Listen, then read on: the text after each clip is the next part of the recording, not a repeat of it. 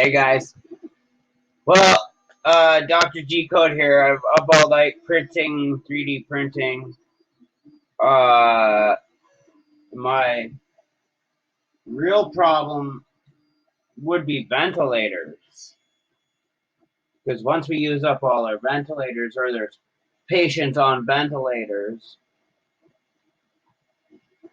how are magical new ventilators going to show up? Check out the clip.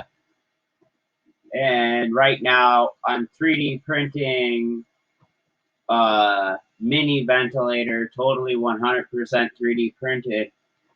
For me to do it in time, I have to do it on a small scale and then scale up after I have a working model.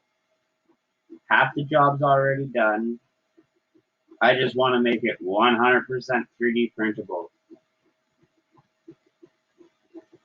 Stay safe, and if you need a mask or any other COVID supplies, send me a message. Governors are supposed to be doing a lot of this work, and they are doing a lot of this work. The federal government's not supposed to be out there buying vast amounts of items and then shipping. You know, we're not a shipping clerk. A number of governors and mayors have criticized.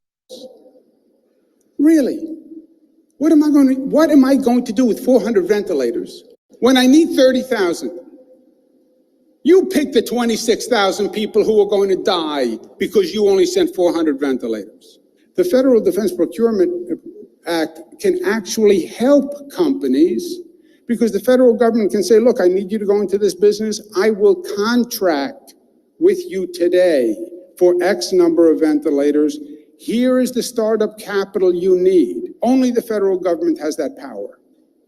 And not to exercise that power is inexplicable to me.